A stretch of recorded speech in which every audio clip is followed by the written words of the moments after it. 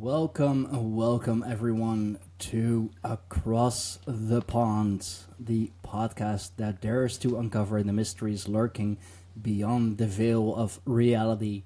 From government cover-ups and secret experiments to hauntings, cryptids and UFO encounters, we explore the unexplained and the conspiracies that keep them hidden. And with me, I have Mr. Liam, the funny man, and and Dr. Not As Evil, the head honcho. The stressed guy with no hair. The stressed guy, yeah, he's too much. He's too the much one stress. who takes this seriously. He takes this very seriously, as you can tell.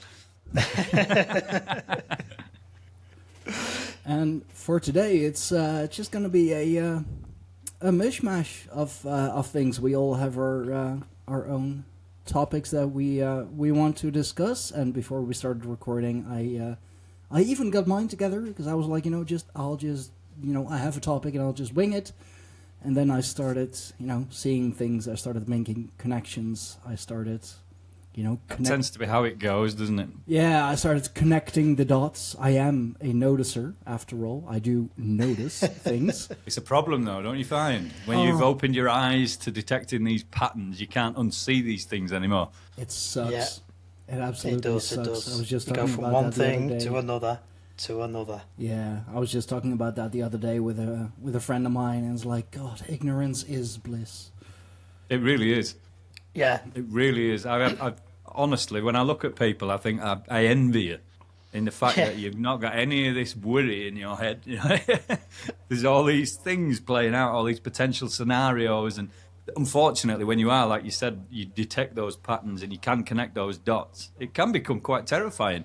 You need to really, get a grip of yourself if you're going to sort of delve into this kind of thing, don't you? Yeah. Try and keep that barrier of, And what's the word?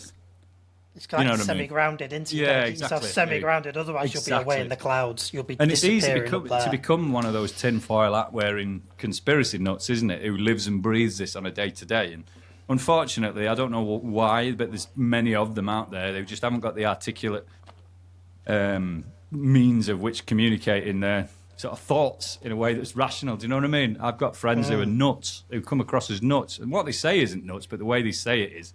yeah, They've clearly just lent themselves to it entirely rather than keeping them realms of reality. That grounding, no filter, no, proper way of saying things. It's just, I know this, and it's just, blah, there it is. Yeah. Can I have some tangible evidence with that, please? No. No, No. it's just No. statements. If you don't know, go and research it. You're stupid. That's Oh, it. God. Google Oh, it. I hate Yeah. when they do that. It's like, do your own research.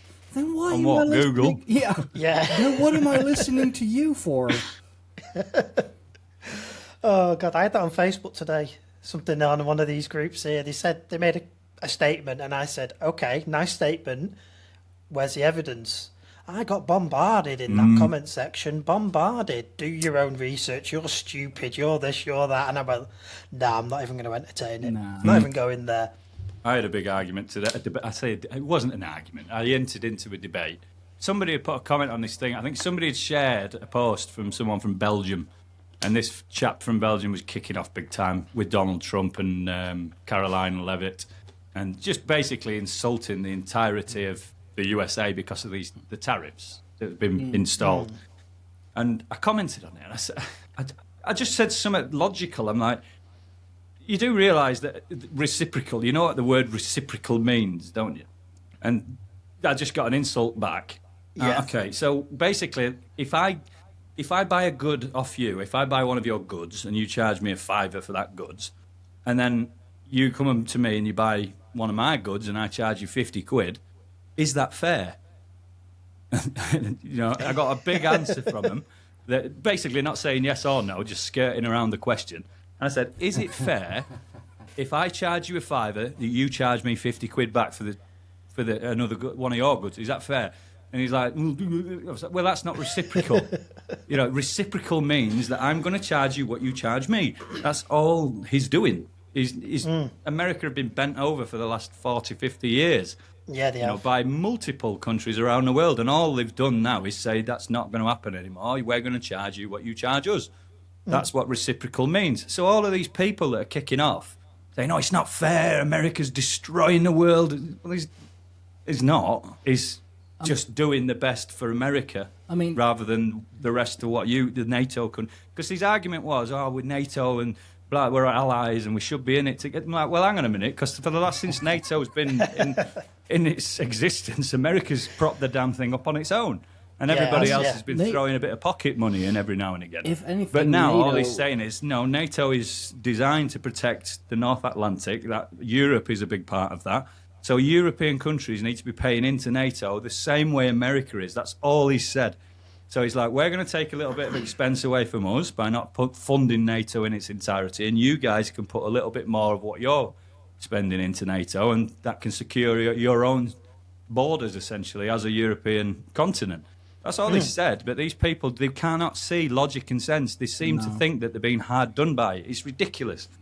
I mean, if anything... But then again, you can't argue with these people because the liberal left, as soon as you bring those facts up, you'll get a fucking laughing emoji and some bitchy comment because that's the only thing they've got.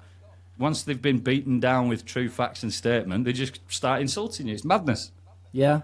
I mean, if anything, NATO is like the military arm of the one world government. And that's why I don't... why I personally do not engage with, those types of people. Those well, I learned my lesson. Don't bother. Well, that's the point. Because, they'll just come at you, as you said, with just stupid statements or, like a wall of text, as a, true politician, giving you... answer a question with a question. Yeah, or giving you the whole spiel without actually answering the question, and you're like, so, you're telling me a whole lot, but you're not saying much. That's it. See, somebody said to me, a friend of mine said once, don't wrestle with a pig because it'll get you dirty and it will enjoy it. Yeah, and that's absolutely right. No, I mean, absolutely right. That is the absolute truth. That is absolutely what's going on. That's the best analogy that you can get. That is perfect. Spot on that analogy. Yeah, I mean, it's on the other hand, it would be kind of fun, wrestling with a pig, but then literally wrestling with a pig, not one of those. I think I'd rather wrestle with a pig than a liberal, to be honest. Bloody hell. Yeah. At least you might get a bacon sandwich out of it.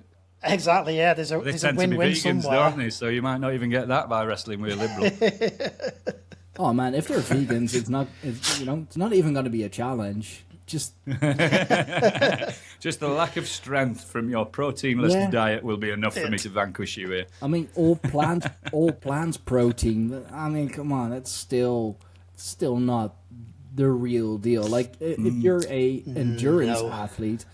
Sure, but if you're going by strength, that's a hard fucking time. That's it. How many trees have you seen taking down a lion?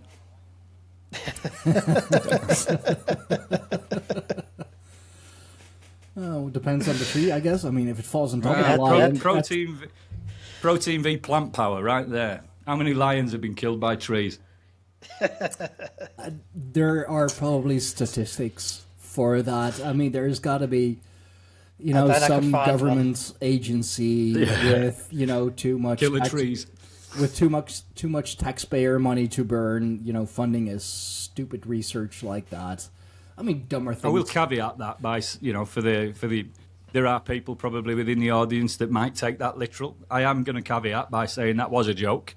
Yeah, lions don't get killed by trees. I'm well aware of that, so don't think I was being serious. Thank you. There are very little trees on the savannah. Allegedly, yeah. In Minecraft. Allegedly. With them Namibian, African, them orcs, they're quite dangerous. I've got videos on my TikTok of moving trees, so you never know what's real. I've seen that, almost like actual ants, like trees literally moving through the forest, like the forest floor, moving up and down, like it's crazy. It's breathing. I've seen those videos as well. It's absolutely amazing. It's probably where the legends of the ants came from. Yeah, if, probably. If those mythical beings are not actual beings, and at this point, especially after 3 years of my own show talking about so many of these topics, I am more inclined to believe that the mythologies are closer to actual history than the history we've been taught in school. I could agree with that. Yeah. Stories are stories. It's Chinese whispers, isn't it? Imagine a time when writing and reading, as we discussed on the previous podcast, where it wasn't common ground. People just didn't do those things, apart from the very learned. So Chinese whispers were a thing that were really, really, I suppose, the main way of spreading news back in the day. So there's no reason why, the mythological stories and tales that we've been told as kids and grown up with, there isn't an element of core truth to them. For sure. No, exactly. Yeah, every story has an element of truth in there. It's just peeling back the layer and finding it. Yeah, exactly. Especially in the olden times, the only way you knew what was happening in the next town over is, either because someone from the next town over came into your village and told you about it, or some traveler or merchants, came into your town and was like, oh, have you heard what happened there and there? And so thousands of years later, here we are right now, peeling back the layers. Yeah, and still getting nowhere near the truth. You're not wrong there. Well, who knows? Who knows? Maybe we are talking the truth, but nobody wants to admit it. Maybe we are. Maybe we are. Leads us nicely onto your opening statements for today, then, Stein. What have you got for us? Yeah, so actually something that at time of recording just happened yesterday, something big in Amsterdam, because, where else? Somebody who drove onto Dam Square in their little red car and set himself on fire. I actually have I'll share my screen real quick. You decided to show it a bit? Yeah, well, If you are of a sensitive disposition, please look away now then, eh? Yeah, exactly. So, let's see. Oh, wow. Yeah, so this is, what it looked like. Here they are, actually taking care of the guy. This is where they put him out. And this is in the, the dead center of Amsterdam. This is Dam Square. This is, the first stop from the central station. So for the audio listeners, Stein, what are we looking at right now? Well, we're looking at a picture of the really the aftermath of the incineration, the little red car, which looks to be a Ford KA, I think, by the looks of that. Yeah, could be a KA or one of those mini Chevrolets. Yeah, possibly, yeah, Matisse or something, yeah. Yeah, like one of those. And just a lot of cops, a lot of police, a whole trail of extinguisher fluid, and according to the official narrative, according to the official news, this is from the NOS, which is the national news agency here in the Netherlands. They're talking about an explosion, but there was no real explosion. But the police has strong suspicions that he wanted to take his own life by doing this, and he is known by the police as well. And as you don't mind me asking, known in what way? Criminal? Past or he has? Well, if he's known by the police, it means that he has a record, that he is in the system. And, sure. Yeah, I wanted to. Okay, so this is there's a 1.5-minute clip that I would like to show, but for the more sensitive among us, skip about 1.5 minutes forward if you don't want to see this. But this has been taken from, I think, one of the city webcams. Let's see if it'll play. Yeah. So Oh, there we go. Car circled in white, just, average day in Amsterdam.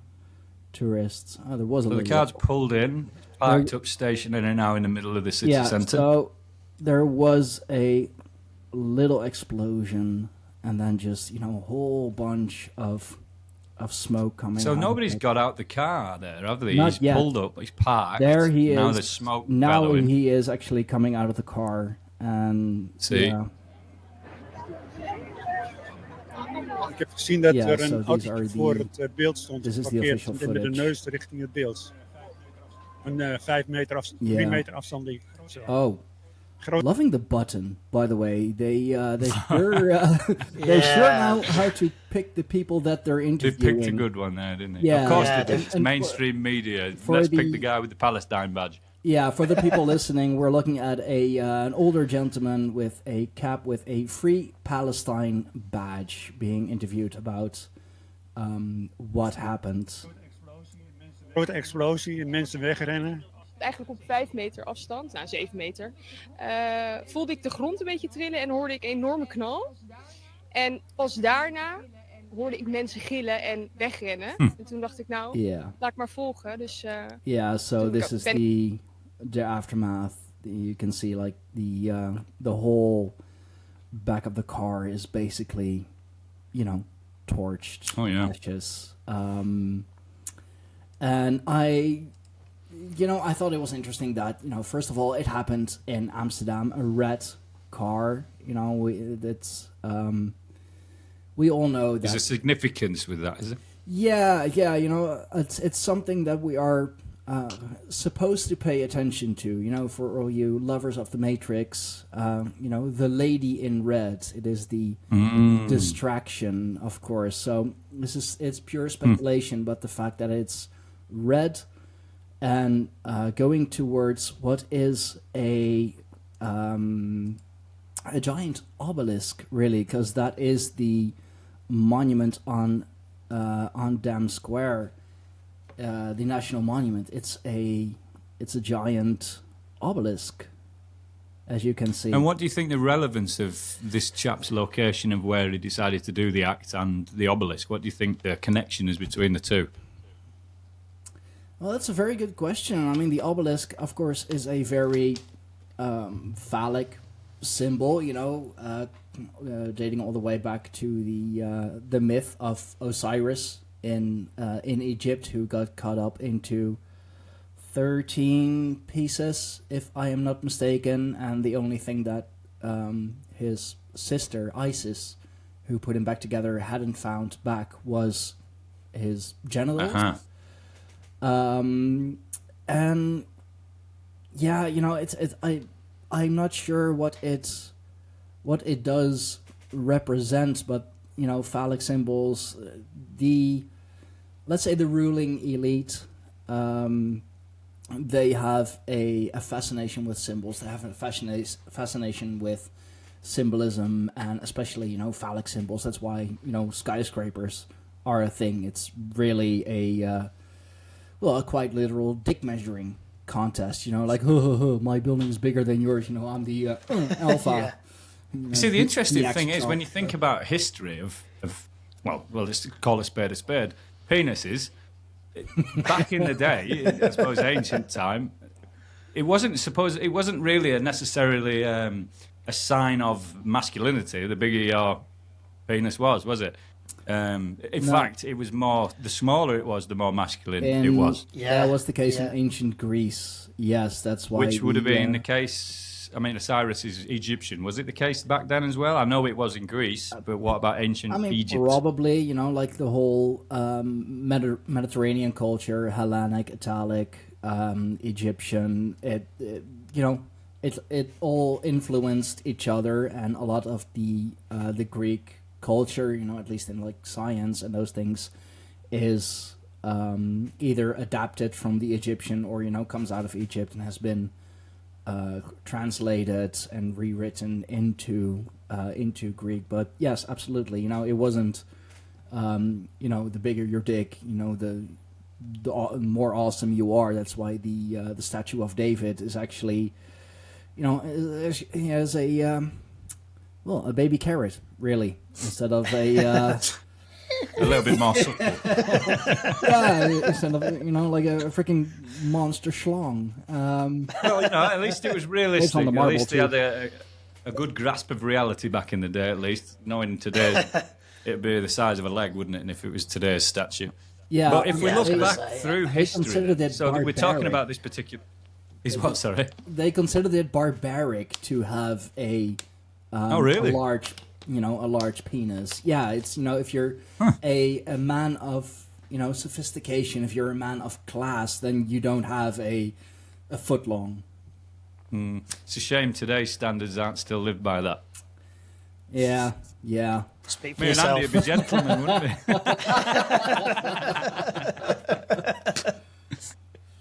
So if we look back through history, then is this a repetitive situation? Do we see people lighting themselves on fire in various other places around the world where these phalanxes are? Another thing with the with a obelisk, even there was 15 years ago, 2009, which is first of all, it's insane that that's already 15 years ago. I thought 2009 was yesterday. But Andy was still buying hair gel then. I was, yeah. Yeah, I was, yeah. In the Dutch city of Apeldoorn, which I believe has Apollonian ties, so is in a way connected to the god Apollo, who is a sun deity. There was a man during King's Day who, in a small black Suzuki Swift, was trying to,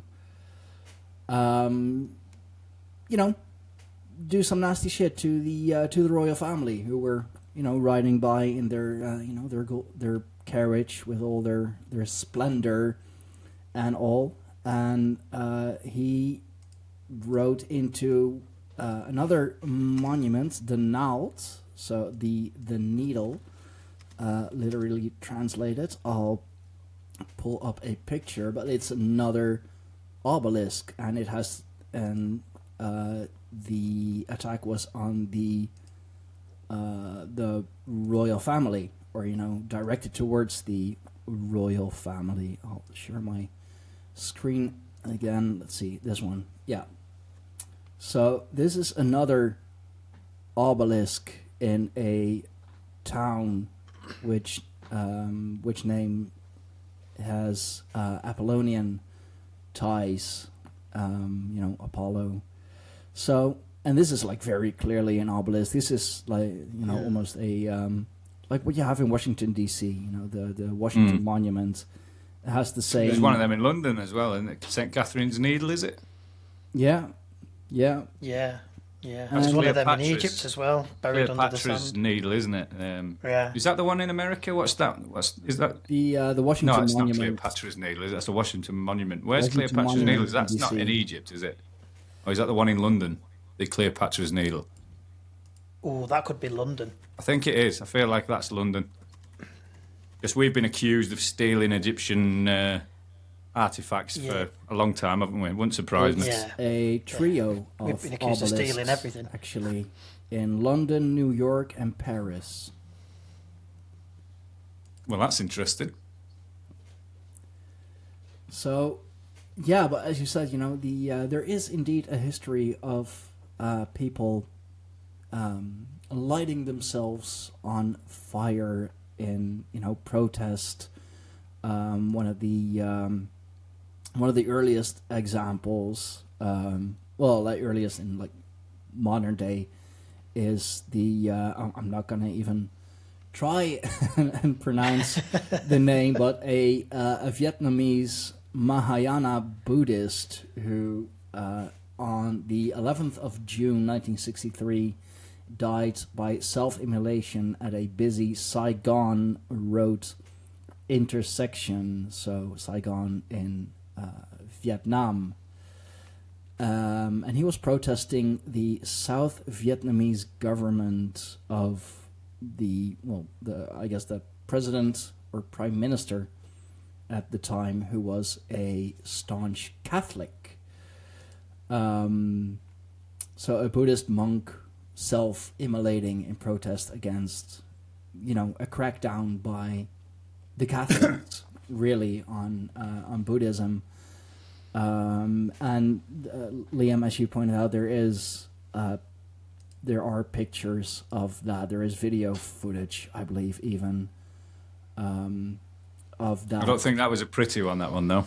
No, and he said very, very still while. Oh, it was really eerie. I've seen that one. Yeah, It's I've very seen it eerie. as well. Like he was just It's really eerie. very deep into meditation. I suppose I found the picture right here. So again, for all our viewers, this is, and I unfortunately have to do this. This is a trigger warning. You are or will be seeing someone engulfed in flames. Really, just not a. Sorry to the audio viewers if you are sick and twisted and enjoy this kind of thing. So But, yeah. this is the famous picture of the monk who self-immolated. That says a lot, that picture, doesn't it? Yeah. Yeah. You can see he's still in the meditation pose, isn't he, there? Yeah, still in the loading post. Unbelievable. Just sitting still, deep in meditation, which is really the only way that you can not, just scream out in utter agony, because being burnt to a crisp is a very, very violent, very painful way to go. Some of the worst pain you can feel, isn't it, a burn? Yeah, Because it just absolutely. goes and goes and goes and just doesn't stop. Through all the layers of skin, which is like 3 to 4 layers, and then even has to go through the bone, and it's just it's nasty. It's a brutal way to go, that's for sure. Yeah, absolutely. And another more recent example of 2024, so last year, was the American military. He worked for the Air Force, who lit himself on fire in protest of the whole Gaza situation going on. He in protest lit himself on fire in front of the Israeli embassy. So it is indeed, of course, a very powerful way to make a statement. You will most definitely be remembered, but it seems to increase in number. It seems to be more and more people who are doing it out of some sort of protest. We're still not sure about why the man in Amsterdam lit himself on fire in his car. I did see indeed that in the car there was a little explosion beforehand, so there is some speculation about it possibly being a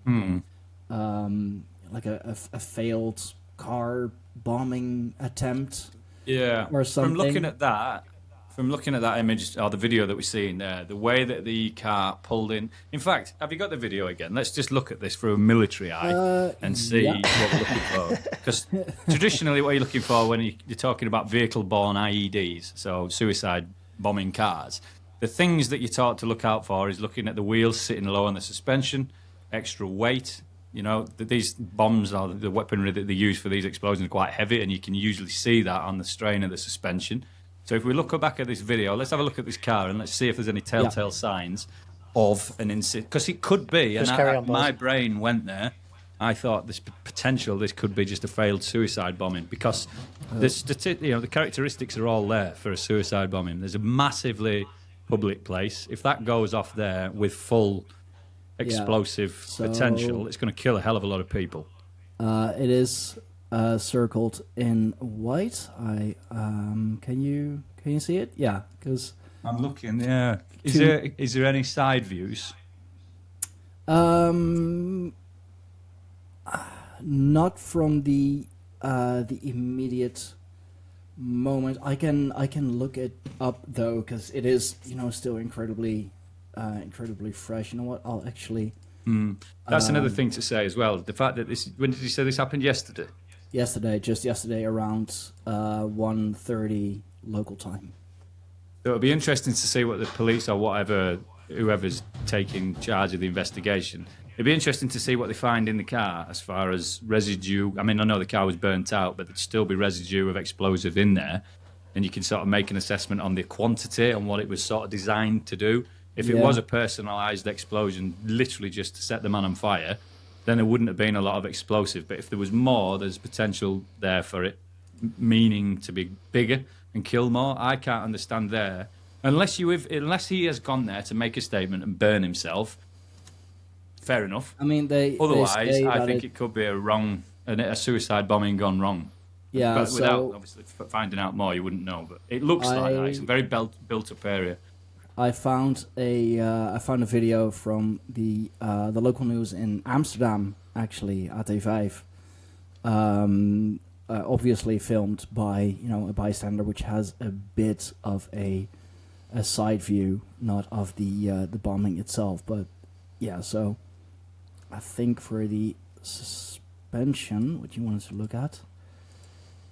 Another thing is the car was in its entirety, it was burnt out, wasn't it? So if there was vast amounts of explosives in there, they would have gone off.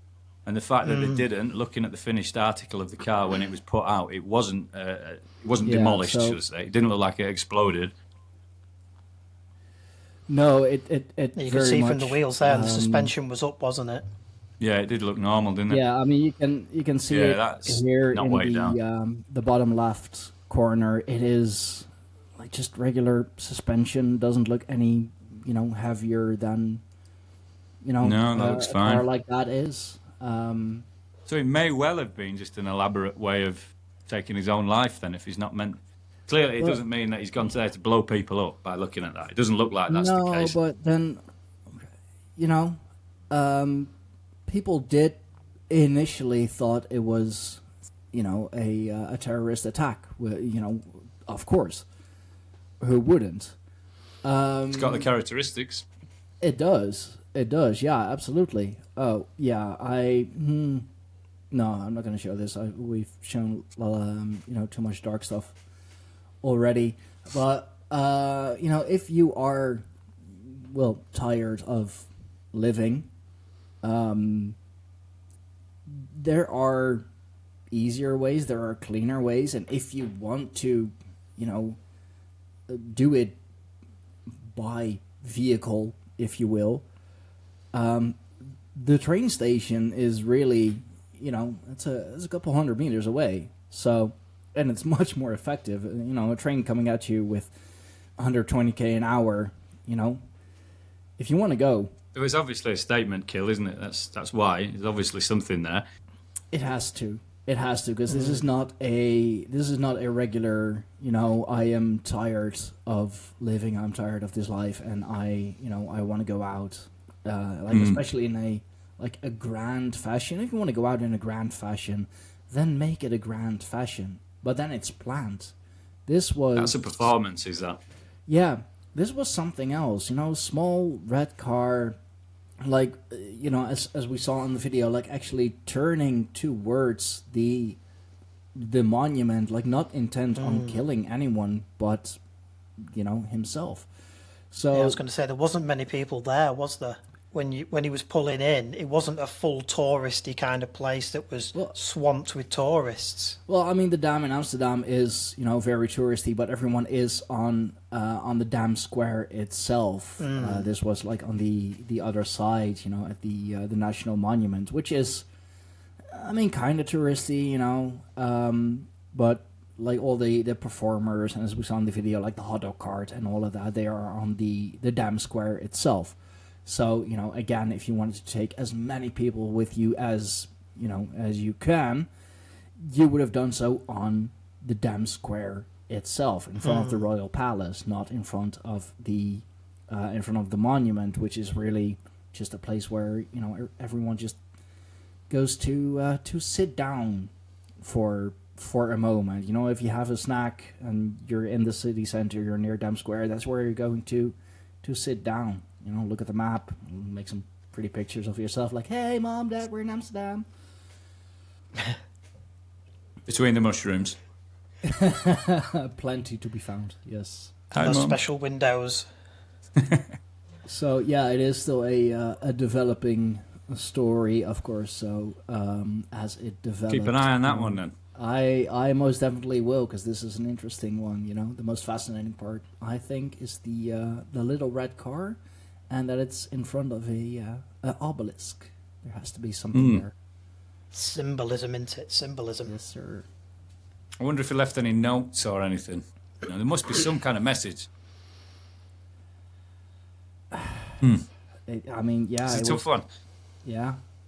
I'll keep an eye out. I'll keep an eye on the news, which I hate doing, but in this case... Yeah, the real news, though, right? The real news, not the mainstream media.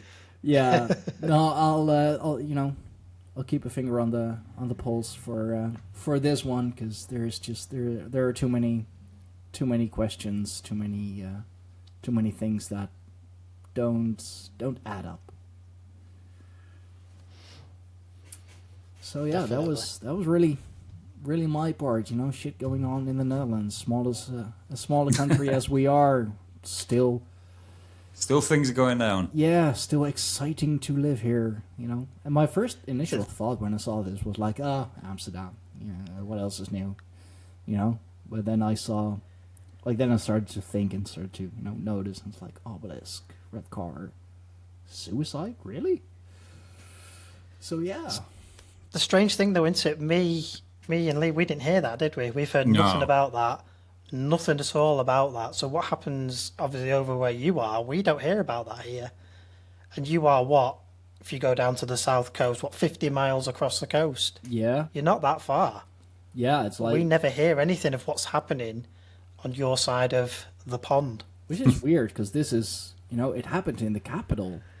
And at a very, very busy touristy place, like you have the Royal Palace on one side, and you have the National Monument on the other side. So it's, even, energy-wise, it's a very, very important place. Very busy, very meaningful. So you'd think that even after a day, like in these modern times, after a day, so often the whole world, knows by now. Or at least... Was there anything happening yesterday in the Netherlands? Anything interesting, as in national parades or anything? I did see some bunting up in that picture of the burnt-out car. I did see bunting. Yeah, probably just some local Amsterdam thing. It's not an Easter thing, is it not? No, not yet. I'm just trying to see if there's any relevance to yesterday as a day in particular, in any kind of calendar or something that potentially has any relevance. Do you know what I mean? Trying to connect some dots or create dots to connect, maybe.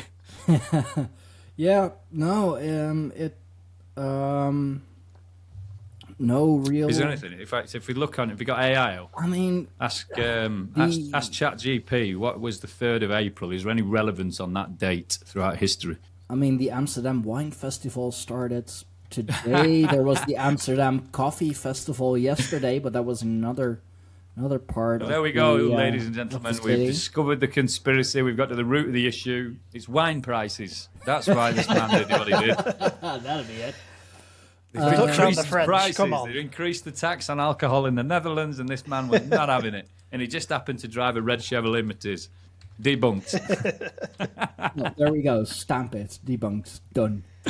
No, I mean nothing in particular that I can find. I mean, it's the 750th anniversary of the city, so the city.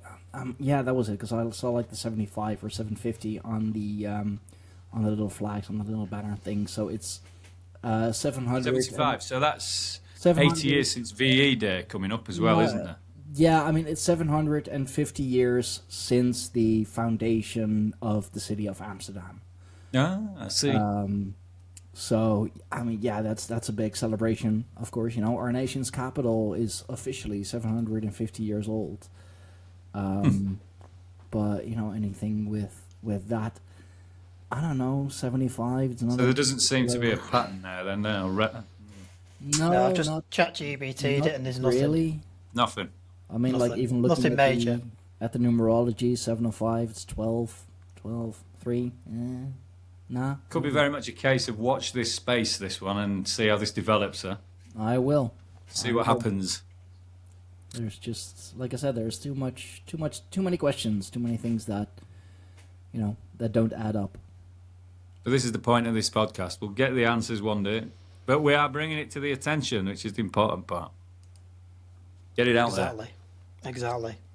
Ask the questions. Make the conversations happen. That's what this is all about. Let's have them conversations and make sure other people are having them, and it's not just some secretive thing kept under wraps. Like it used to be, like to be a dirty That's word it. in the old days. That's If it. you spoke about this kind of stuff, wasn't it? You'd be shunned from society. Oh, that guy's crazy. But Tinfoil hat. nowadays, you can have it. I've got my tinfoil hat behind me as well. So, shall we move on to the next topic of conversation? Yes, let's go for it. So, my sort of area of expertise and specialist subject, it's like I'm a mastermind. So I deal with UAPs, aliens, ETs, that kind of thing. That's the sort of subject that really floats my boat. I've disappeared down a rabbit hole on this subject probably about a year ago, and I've not really emerged from it since. It's fascinating. It's incredibly interesting, and the thing that excites me the most is it's very, very quickly developing as well. Of which we will obviously go into and put more meat on the bones in future episodes with various different situations and events that have happened. So I do apologise if I am skipping straight to the very end of where we are on the modern day. Just try and keep up if you can. I'll try and explain it as best I can as I go. So over the years then, there's been various whistleblowers and, I suppose you could call them subject matter experts on ETs, non-human intelligence, spaceships, whatever you want to call them, whichever way you want to skin it is fine with me. The one thing that has been very, very, very different to recently is that these whistleblowers tend to have been either second-party or third-party whistleblowers. So yes, they've worked within certain government three-letter agencies, and this isn't an American thing, by the way, this is a global thing. Various three-letter agencies around the world have had whistleblowers come forward many, many a time in the past, but they've often been second or third-party sort of operatives in that realm. What does that mean? It means they weren't directly involved with ETs and the crafts and the pilots of such crafts. All right, it means they were on the project but never worked firsthand, and that's never happened. And that's always been a real case for scrutiny, especially when really looking into this and trying to unpack this topic. It's far too easy to say he's talking shit, mind my language, but it's true, and that's traditionally the way that I suppose the unawake have looked at this topic throughout the decades. But in very recent times, and when I say recent times, I mean January recent, so we're talking a couple of months ago, a whistleblower came forward with a difference. I don't know why my chair didn't just rise there. That was just me. Apologies. He's getting excited. Everyone's getting It was excited. the emphasis on the subject that got me up off the chair. I think I levitated then. Maybe I've discovered anti-grav. But this whistleblower that came forward in January is very different to the rest of the pack. What makes him different is the fact that he has first-hand accounts, as in he worked with the craft, worked with the ET craft, and he's been there on the ground touching it, essentially, yeah? Very different kind of whistleblower than what's come forward in the past, apart from, we're talking abductees and people like that, which, again, is anecdotal, which is fine, and it's got its place. And trust me, anecdotal evidence has also got its place. That's how we start the conversation. That leads to curiosity. Curiosity leads to investigation. Investigation leads to proof, right? So it all starts with an anecdotal conversation. So those guys who have been claiming to be abducted and all the rest of it, they've got their place in the world, absolutely, and they've certainly got the place within this topic, of which we will aim to get certain people on this podcast for interviews in the future. But anyway, I'm moving away. So in January, a chap called Jake Barber, and bearing in mind I'm a military guy myself, so I've sort of got the know-how on the topic of how the military works. So I will give you that assurance as I'm sort of describing who Jake Barber is. He is a US Special Forces helicopter. He was within the Air Force for many years, helicopter pilot, should I say. He was a mechanic. That was his cover, a helicopter mechanic. He went and did various courses. He got enlisted into the Special Operations branch of the US Air Force. And that led him then to working on projects within very famous US government aerospace partners. So we're talking civilian entities, companies that partnered with the military in helping them develop their technology and decode the wonders of the world, so to speak, enabling them to then increase defense and make themselves a bigger weapon. That's the US, that's just how the governments work of the world, right? So Jake Barber came forward and he'd been working within this sector for many, many years. In the 90s, he joined the Air Force. 2001, things changed and started moving post 9/11. I'm not going to give you the full background on him. If you want to see the interview, all you have to do is go to YouTube, type in News Nation interview with Jake Barber, and it'll bring it up. I think it's about 42 minutes. I think the original one is. It's only a snippet. The original, the actual unedited interview is about an hour and a half, an hour and 40 minutes, something like that, if you really want to see the whole thing. But the main points he discusses in the small one, if you want to look into Jake Barber himself. So cutting a long story short, the end of the interview that he did when he came out with a whistleblower, again, which was on News Nation with Ross Coulthart, he ended his interview by saying, we're now going to start our own initiative. Because it seems that the democracies of the world and the powers that be don't want to share this information. There's many reasons why, national security being one of them, and there's also some very clandestine reasons as well, which we can talk about with the aerospace companies. Basically, they've got a lot to lose by this being disclosed, so it's in their best interests to keep this quiet. Now, what was able to happen was the secrecy, because Jake Barber was still working within the project. Yeah, that's what they call it, the project. The program, sorry, to call it the program, anything ET related. This is the clandestine agency and operation that is ongoing and still ongoing as we speak, where the rogue, I suppose, aerospace companies are using military contractors to do their dirty work for them. Jake Barber's job was crash retrieval helicopter pilot. That was it. His main job, sit in the helicopter, fly out to a location that he was told to fly out to, pick up whatever was on the floor, bring it back, deliver it, and that was it. His job started and ended like that. The first dot that you can connect here, and the first pattern you can see, is that anybody who you've ever spoken to about this, who's worked within the government sector, have all said the same thing. It's compartmentalised and secure for a reason, as in it's a need to know. So if if I'm in charge of the logistics of moving the ET craft, and Stein, you're in charge of then picking it up and taking it to the hangar, and then you, Andy, you're in charge then of looking at the propulsion system, not the defence system or anything else. That's how it is, and it is strictly need to know. So you work on your piece and your piece alone, and the less you know about the rest of it, the better. That means that information can't be out. And that's Jake Barber, and in what he says, his job was to pick these things up and take it back, and that is it. So further questioning him is pretty pointless. But there are bits of information that he does know. One of which was how to essentially summon these ETs or these crafts that he was going out to retrieve, using the aid and assistance of people called Psionics. The name's changed again now just to make it a little bit easier for people in the scientific community to use, because understandably they've got to use a specific jargon that makes it official rather than on the shop floor terms that we use. For our point of conversation, we'll just call them Psionics just because it's easier.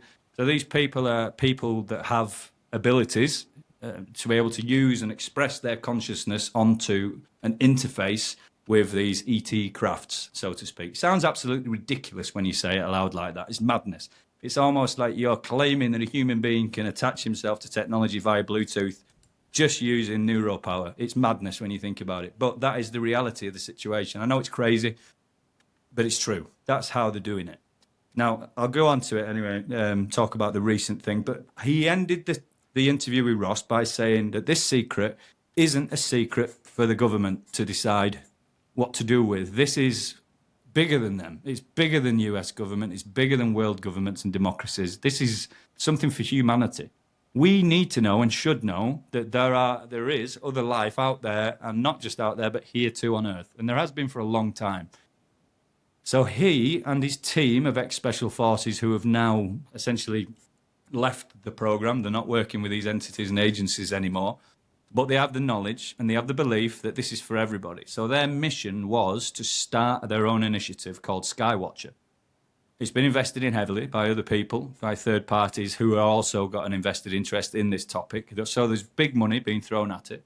And what they've enabled Skywatcher to do, this team, is put together everything you need to really look into this phenomena and, more importantly, prove it to be the case, rather than just anecdotal evidence and grainy videos in the sky and all that wonder in the world of, is it true, is it not true, we don't know.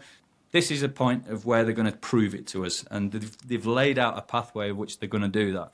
January, this interview carried out with Ross Coulthart and Jake Barber. He says he was waiting, I think he was waiting for the Trump presidency to come about for the inauguration, just because there seems to be a hell of a lot of people in the Trump government that are very interested in the topic as well. So it makes sense that he waited until they came in, and then he could have the ear of people who could actually do something with the information. So they started this Skywatcher initiative just after the middle of January when this interview came out. It's broken down into various episodes so far. So they're releasing information as they go. The idea of it, and this is one of the key points that he says to take away, is the transparency of it. They're not keeping anything from us. They are literally showing everything about how it works, what they do, and what comes, how they interact with everything else. Everything is put in a position now where it's leading towards disclosure, and they've got a method of which of doing it. So the way that they're doing it, if Andy, could you bring up that screen, the 5 observables, bud? Yeah. So Luis Elizondo, he worked with, I believe it was Arrow, which is the US government's sort of anomalous investigation team. So they're looking into these kind of things, and he came out with this 5 observables. So these are kind of things that you're looking out for when you're talking about UAPs. We're talking about unidentified anomalous phenomena, right? So this is anything that moves in space, underground, through water, whatever else. Anti-gravity, you can tell that when he says anti-gravity, 5 observables, this is something that is elevated in the sky that's flying essentially or floating with no visible means of propulsion. So with us, it's very simple. Helicopters, they create a hell of a lot of noise, and basically they fly by beating the shit out of the air underneath them and forcing them upwards. That's how they work. It creates a lot of noise. So you can't tell, you can tell very easily with a helicopter. And again, with drones, they're very noisy, so you know what you're looking at. And jets, goes without saying, they're very noisy. Same again with rockets. Everything that we have, human-wise, that's powered flight, makes a noise. Anti-gravity, these devices or these anomalies that people are seeing and looking into, they don't make any sound. They're just there, which doesn't make sense. And a lot of this is down to Earth, our planet's physics. We have our own understanding of the laws of physics, and these things seem to defy those laws of physics, and we want to know why. And that's, again, something that Skywatcher is looking into. I will explain in a little bit, in a minute, about Skywatcher and what they're doing and how they're going to bring us to disclosure. But just for your own interest, these are the 5 observables with regards to UAPs. Instant acceleration is the next point. After you've had your anti-gravity, these things, crafts, anomalies, whatever you want to call them, they seem to be able to go from 0 to 1,000,000 miles an hour instantly. Yeah. There is no acceleration. With us, it's easy. You just press a pedal or a button and you get that gift of power and thrust. But there is an acceleration process in the way that we work. The reason for that is we have to deal with physics. Friction, for instance. For a jet fighter to move forward at maximum pace, it's got to deal with friction, air friction, wind resistance. That creates force on the vehicle, which only enables human-made vehicles to move at a certain speed, which again lends more curiosity to instant acceleration to speeds that are unknown to us. We have nothing that can move at this speed, and if we did, anything involved that was biological inside would be dead because of the forces created. And then the material of which we could make it out of wouldn't resist the fucking pressure of the speed of the vehicle moving at that instant acceleration. It just, nuts and bolts would fall to bits, basically. So again, there's that you're looking out for. The third observable is hypersonic speed without signatures.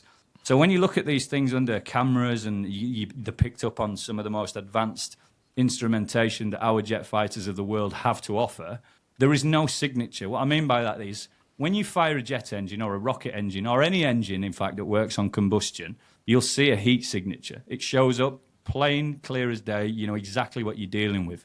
These vehicles don't emit any signature. There's no heat signature. Or if there is, it's the opposite of what it should be, which lends to, again, even more curiosity. What the hell are these things? Because it's nothing that we know that is human-made. Now, you can say what you like about tinfoil hats. You know, just them 3 points alone, that's enough to warrant an investigation. Why hasn't it happened? There's a question. This is the point of conspiracy, right? The fourth observable erratic movement. Again, we've talked about nuts and bolts and things that we know that move within the laws of physics known to man. You cannot move at 90-degree angles, traveling at thousands and thousands of miles an hour. It just isn't possible. Even our most advanced drones that we have, that we know, cannot travel at the speed that these vehicles, crafts travel at, or these anomalies travel at. And then, again, the movement is just impossible. We cannot do it. It'll destroy anything biological and anything physical that we can make as a race. Again, and then the final one, transmedium. This is the fifth observable, transmedium. So this is a vehicle moving exactly the same through the air and same speed as it would do in the water. So it doesn't differentiate, as in, how do I explain this? The performance of the craft doesn't change with its surroundings, for instance. Yeah, a boat, for instance, if you travel as fast as you want in a boat, as soon as you hit land, there's more friction, your boat will stop. Fact. That's just how it works. Physics works that way. It doesn't seem to work that way with these vehicles. They've been observed going hypersonic above the sea and then going under the sea, staying consistent at that speed before rising out the sea again. So again, there's obviously something at play here that we don't know about within our laws of physics, okay? So those are the 5 observables. Now, Skywatcher's team went out into the field to conduct these investigations themselves and find out what these things were in order to build a picture and move us towards disclosure. Andy, if you could bring up the next slide for me, please, bud. Will do, mate. So this is Skywatcher's plan of how they're going to bring disclosure. The way that they're looking at it, and what I'm looking at the screen right now, Skywatcher's 6 levels leading to disclosure. The first level is preliminary observation.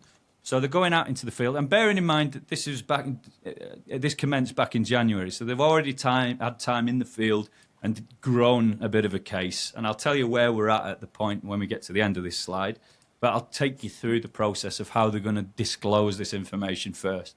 Preliminary observation is the first point, where they're going to go out there, set up their instruments, the cameras, radars, basically everything. And I'm telling you now, these guys have got an incredible budget. It's ridiculous. Where we're talking military grade, the best technology available is on site and they're using it. So it's not a case of a slapdash team that's been put together and working off a back of the pocket budget. That's not what's happening. So preliminary observation using all of the instruments and cameras and monitors that they have available. Once they've got them, or once they've made those observations, they're going to go on to structured data collection. So what are these things? What do they look like? How do they move? Where are they coming from? Where are they going to? It's an information gathering situation is number 2. Number 3, analysis and hypothesis testing. So once they've found out, or once they've spotted these things, observed them, they've gathered a bit of information on how they move, where they're coming from, where they're going to, they can then start to figure out why.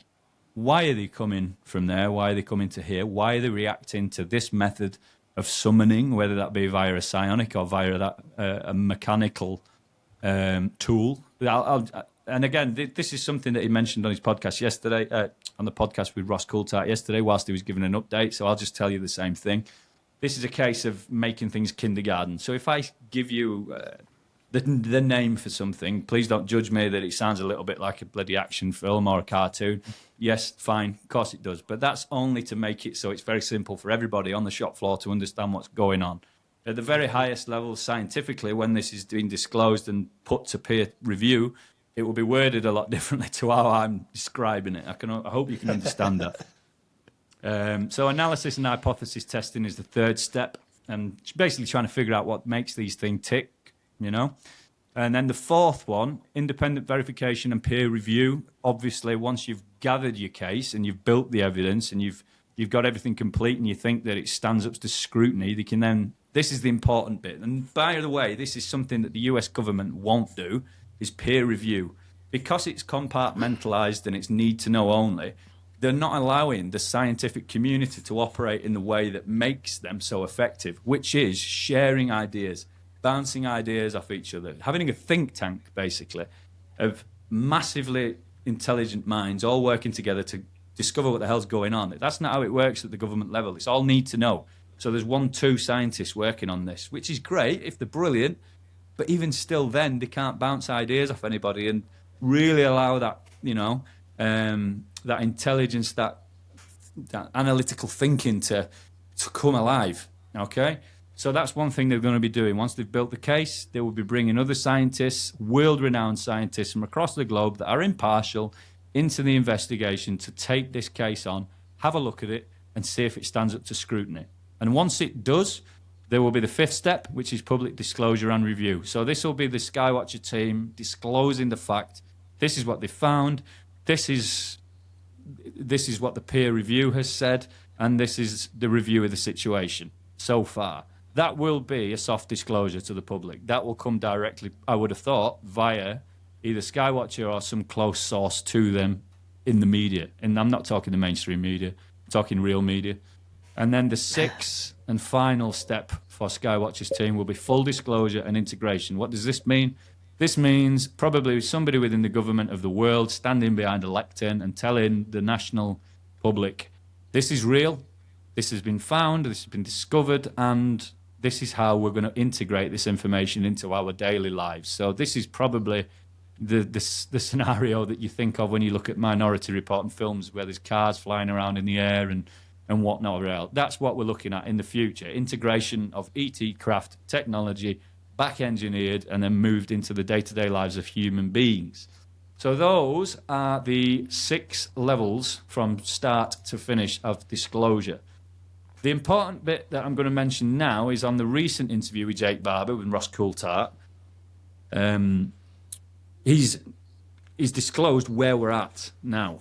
And the exciting bit is, I'm going to talk about this again, if you can again pull this slide up just so I can use it for my own reference. Yep. You don't necessarily need to look at it if you're watching on. And again, listeners, it's not something you need to see. But what we're looking at, and this is crazy, there's two methods of which the Skywatcher team have been communicating, and I will say that straight away. Have they been successful? Yes. Just let that sink in. Everything I've just said to you there, have they been successful in doing it? Yes, is the answer. Dramatically successful. So where we're at, they've got 2 methods of which they sort of communicate with these anomalies. They've got a mechanical version, which I will refer to again, apologies for the rudimentary description, the dog whistle.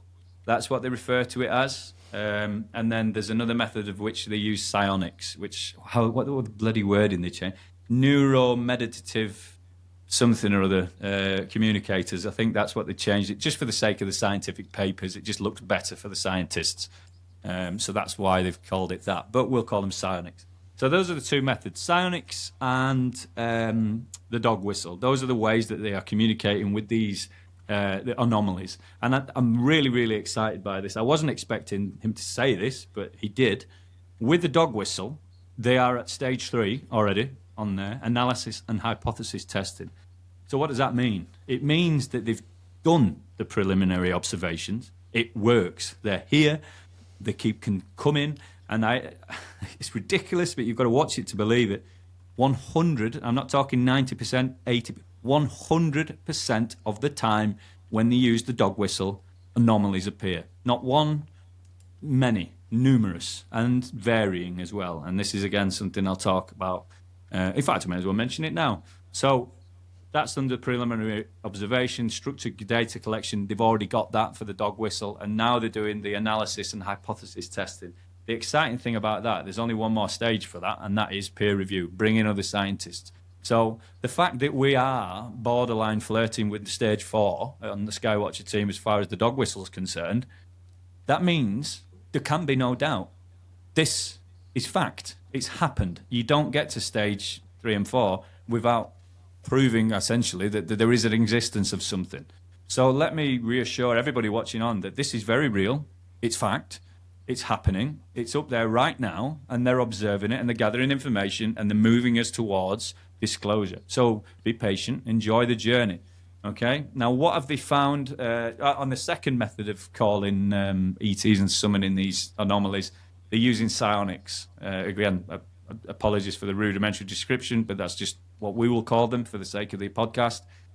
Psionics. So they're at stage 2 with the psionics. So they've managed to observe, and yes, they are appearing, and yes, it would appear that these psionics are actually communicating and interfacing with these anomalous crafts, whatever you may want to call them. So that's already shown to be working. All they're doing now is gathering the data and then going to be testing hypothesis. So these things are moving, and then bearing in mind what we're in now, April, so 3 months. It's not moving, I wouldn't say rapidly. However, and I want you to make sure that you keep an eye out for this, that was episode 1. A lot of this was sort of described on. So if you go on YouTube and you type Skywatcher in, it'll bring up episode 1, and that's sort of a soft introduction to Jake Barber, his team, what they're doing, what they've done in the past, and what they're doing in the future. Step 2, or episode 2, is going to be released on the 7th of April. That's in 3 days' time, I think. Is it the 4th today? Yeah. Yeah, I think so. So in 3 days' time, episode 2 is coming out. Now, what I'm about to tell you is ridiculous. It takes some getting used to, let's put it that way. So what they've discovered so far, and this is in the observation and data collection phase, they've discovered that there's 3 categories of UAPs. Now, bearing in mind, this is just what they've talked about. So if you can do me a favour and suspend anything that you learnt and know thus far from other sources, and we'll deal just with Skywatcher's information for now. So there's 3 categories of UAPs from what they've seen. There's miscellaneous craft. So we're talking what seem to be real physical planes, crafts, whatever you want to call them, a mechanical functioning machine, basically. There's light phenomena. So we're talking about orbs now, what seem to be laser beams and light anomalies that are there. And we've seen them before. You can see them on quite a lot of footage that's out there. Whether it's real or not is another matter. But you can see it. It's light that shifts and morphs into various shapes, and, again, orbs and beams and what seem to be floating crystals and things like that. These are things that they've mentioned that they've observed. And 100% of the time they appear when they're called. So whatever the hell these things are, they're reacting to something that they're doing. Whatever the dog whistle is, I don't know. I'm not on the ground, so I don't know what that is. And then the third, now this is crazy, is flying, essentially creatures. These are beings without craft or light or whatever the hell it is. Now, one of the things that's coming out on the 7th on this video, and he didn't want to ruin it in his own words, he didn't want to ruin it for the team that have worked on this particular encounter. There is something that they call, and again, apologies for the rudimentary description, something that they call the jellyfish. Now, everybody's seen that video, or they may have done, seen that video that's been filmed within, I think it's in a camp within Iraq, Syria, or wherever the hell it is, somewhere in the Middle East. Essentially just does look like that. It looks like a jellyfish floating through the air across this base, and there's this camera very clearly following it, and nobody knows what the hell it is. And that's that, but it looks like a jellyfish. However, what Jake Barber says is very interesting, is that's not the same thing. What they're observing is not the same jellyfish as what's in that camera. What we're looking at here, and what he says, is it looks like the fish, like the aquatic mammal. There is a head, a mushroom-type head that sort of pulses in and out, as a real one does. There are tentacles of, again, what looks like there is energy moving up and down the tentacles. Now, you can see that, and some deep-sea creatures have those capabilities to be able to light up their own bodies using chemical combinations. Cuttlefish do it, deep-sea creatures do it, jellyfish do it. So, why couldn't there something be up there that's doing it as well? But that's another thing. I sound like a lunatic saying it and talking about it, but it's reality. So come the 7th of April, and I'm going to be there, damn sure, but make sure you tune in and have a look and see for yourself what we're talking about, because I can guarantee you we'll be talking about the findings on this podcast afterwards and digging into that and unpacking, because, good God, that's going to be interesting. And he's already said, look at this, it's going to be nuts on the 7th of April. So I'll be tuning into that. So those are the three categories of UAP. Yeah, we've got, just to refresh, miscellaneous craft, light phenomena, and flying creatures, essentially, as putting it in its most rudimentary form. Now, what they've also discovered is within those three categories of UAP, there seem to be 9 classes of anomalies. So things that fit into those three categories. So essentially, we've got 3 groups, and you can organise your anomalies into one of those 3 groups. Okay. Now, so far, what they have observed in the last 3 months is 9 classes of anomalies that drop into one of those 3 categories. And yeah, jellyfish is one of them. But they're going to be explaining further what's in these 9 categories. But they don't want to blow it off straight away. Obviously, there's a process, as I've talked about previous, these 6-step processes. So they're going to be patient, and they are going to drip feed things to the public, and then when it comes, it comes. So those are the 6 levels of disclosure that I've spoke about. It's an for me, this is one of, if not the most exciting development on this scene, because it's great, and you got your people like your Chris Bledsoes and your David Grushes and Luis Elizondos who have been there and they've been in the arena, do you know what I mean? And they've been involved with it, and that is exciting. Again, with the Air Force pilots that have filmed these things interacting. Again, very exciting and incredibly important anecdotal evidence, as well as potentially video evidence, if you want to say that, if it's not been debunked. But this is the first time that we're going to get legitimate data recorded by legitimate people on legitimate instruments, and it's going to be shown to us. No holds barred, no secrecy, no bollocks, and no smoke and mirrors. So on the 7th of April, look out for that. And then I would say probably a couple of days look out for us, because we're going to be on that. Yeah, for sure. But 100%. Very interesting developments indeed. I mean, I say bring it on. I can't wait. Honestly, I cannot wait. I'm losing sleep on I'm just waiting for the 7th. Oh man, I've heard that date mentioned a few times now, the 7th, so it must be this podcast everyone's talking about. Very interesting. But let's keep our eyes peeled on that one. Oh, and Andy, like on this topic in the chat here in the studio, I have sent a couple of links. I've been looking those up as Liam went or Lee went. Oh went yeah. Just for the on. audience, by the way, the name, it says Liam on the screen, but I go by Lee. So anybody looking on Lee, You can change. don't that. shout Liam after me in the street. I won't turn Won't around. turn around. No, I'll be anomalous. Man, that's absolutely fucking amazing. Like How incredible is that, right? the How alien incredible is question. that when you think about it? Jesus Christ. We could be months away from disclosure. I thought initially 2027 probably. There seems to be a lot of talk about 2027, 2026. What's interesting about them? And, you can attach a lot of conspiracies to it and previous thought. But what we're really looking at is, realistically, by the time we get to stage 6, it could be years before the government officially stand behind a lectern and tell the world. However, I think we're going to be at stage 5 within the end of the year. By the close of the year, I think we'll be at stage 5. Okay, Yeah, it's so been accelerated, hasn't it? question for you lads and for all the people watching, all the people listening. Driving engagement. Come on, we're still podcasters. Make sure you like and subscribe. That too. There we go. 5-star. We never review. get any of yeah, we don't get those mentions never, do we? We just keep talking and rambling. We need to promote this. Yeah, dude. Come on, leave that up to me. I'm the fucking professional here.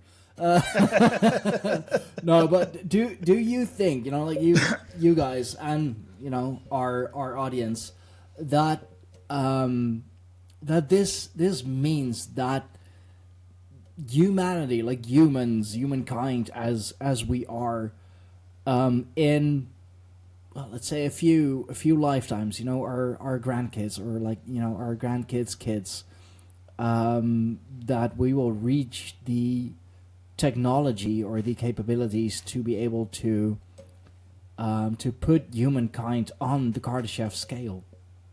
We can do that now.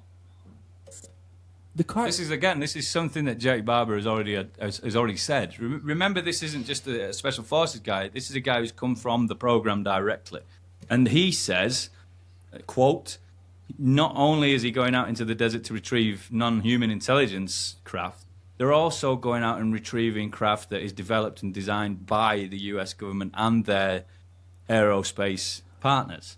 So these companies, Raytheon, Lockheed, Northrop Grumman, Boeing, they have already got access to the anti-gravity. That was cracked in the 50s, apparently. Yeah. I mean, So they've already been 57, wasn't it? utilising. Yeah, they've already been using these. So yes, I mean, the yeah, answer is yes. We know that, like there are so many technologies, like at minimum, at least, for the government that we know of, that we see, is like 30 fucking years ahead of us. The shadowy government, or whoever is behind all of this, probably a couple hundred years, like more 300 years more likely than 30 years.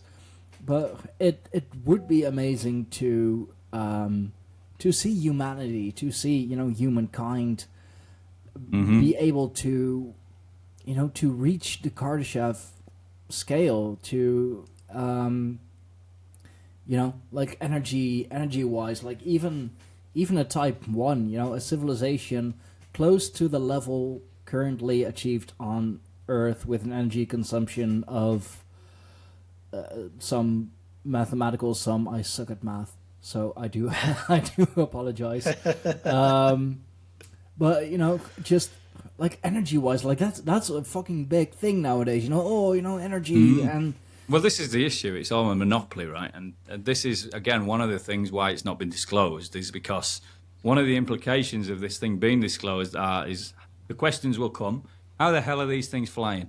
And as soon as you start explaining the propulsion methods and how they utilize 0-point energy, and that's when a lot more questions will come of, well, how can we utilize this to make the lives better of every person on Earth? And that's when we're going to have big problems with these big billionaires suddenly potentially losing their grip on energy consumption and everything, basically. Everything that industry is built on is energy consumption. There is no industry without energy.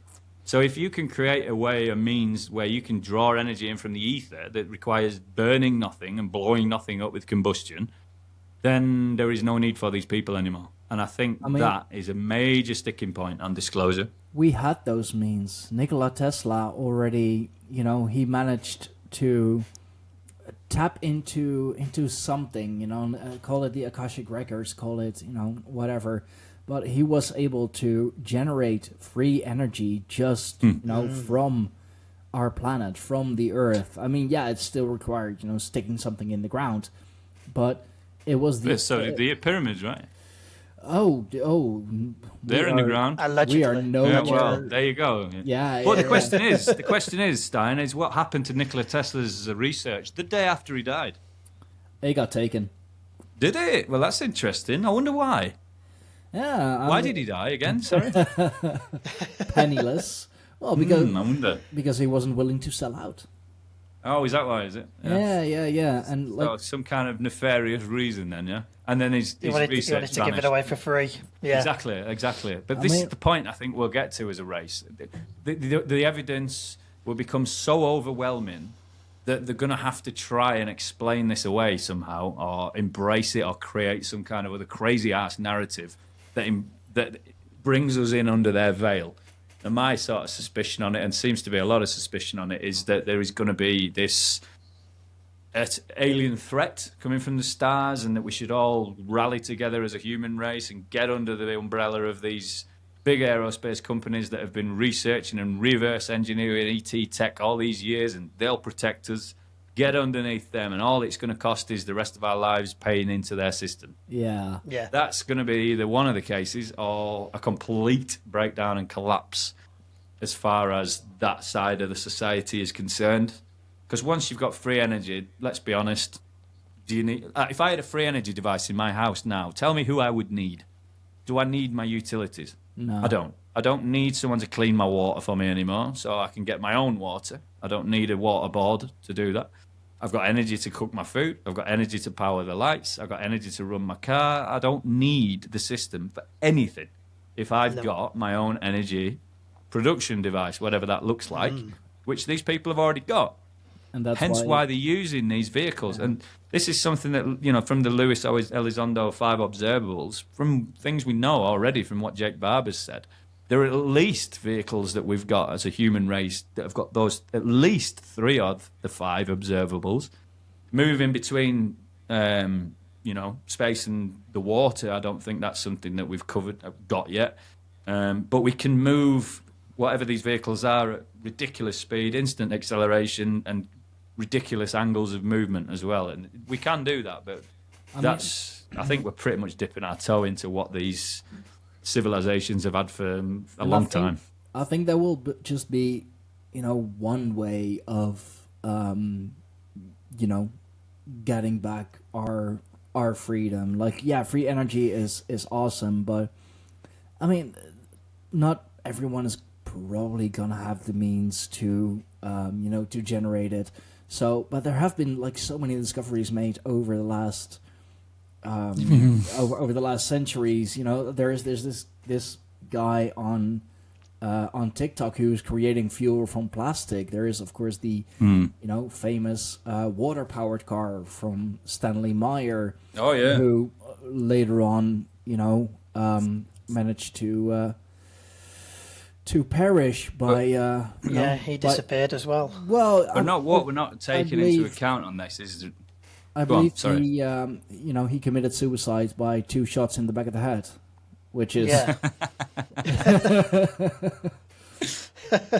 must have had very long arms. Very long. Like fucking dual. But one thing, I'm not even fucking flexible enough to do that. But one thing we're not taking into account here is refinement of technology. Now, if you think 100 years ago, how big a computer would, well, not even 100 years ago, let's call 50 years ago, a computer to do what I want. Let's say if I was to take a computer to do what this Mac I've got does, the thing would have taken up best part of probably 3 or 4 rooms. So we're talking about the refinement of technology down into something small. When this energy device that does create free energy, and let's take into account already the fact that it has to be small enough to go in a craft, otherwise it wouldn't fly. So we're not talking multiple room-sized things here. We're talking some stuff that's pretty compact already. Now, Small if you and could light put, as well. but what I'm saying is, if you had one of them in the loft of every house generating energy, well, I'm saying that 0-point energy is essentially infinite, so you could probably get away with using one for a whole country. Do you know what I mean? Yeah. I don't know the science of it. I don't even claim to. Well, but that's the realms that we're getting into. We don't need it where everybody has to have one. These things are going to generate more power than we could ever imagine. It's a different law of physics, essentially. We're tapping into something unknown. So it's not like everybody's going to need one in the pocket, like an iPhone, for instance. This is bigger, way bigger. But I think this is probably why that we don't know about it yet. It's because of the implications on the way that we live. Yeah. It could change everything.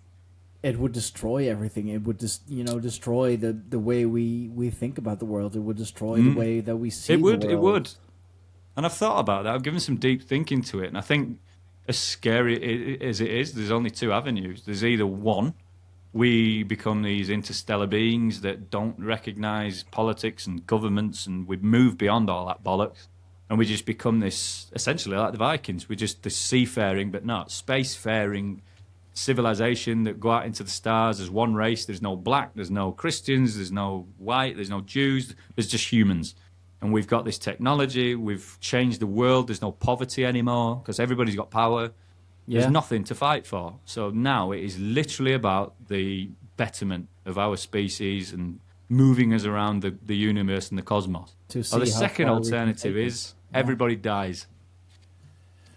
Well, that is as sad as it is. Well, it's a cataclysmic event. The dark forces that want to keep this technology to themselves and use it to control and manipulate the population versus everybody else, basically. That could be the way that goes. And I've got a feeling that they're going to fight very dirty if it does come to that. I mean, and remember, they've got technology that's way better than anything that we've got in the mainstream. And that involves the government, by the way. So don't be relying on your militaries and your country, your national militaries and whatnot to defend you. These government rogue elements that have used and kept this technology to themselves, they don't operate under the confines of the military. So it would be a case of essentially all of our armies in the world versus these companies and their ET tech. Could we overwhelm them? Hopefully by massive numbers. I don't know. I don't know if they've managed to weaponize this technology. I know they can move the crafts around the air. I don't know whether they've somehow weaponized it. If they have, we're really in trouble. But those are, from what I kind of think really deep thinking into it, I can only really see those two eventualities. There's the fork in the road. Which way do we go as a race? Who knows? It's a scary prospect, but it's one we'll find out in time. I would have thought by 2030, I think we'll know. I think we'll know where we're going. It could either be a great thing or an awful thing. It really could. If this is gonna go how you say it's gonna go, like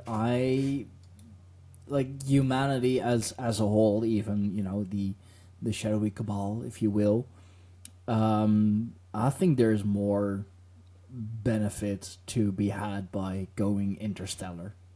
Absolutely, without question. Just it changes everything. Changes human trajectory completely. It changes what we are.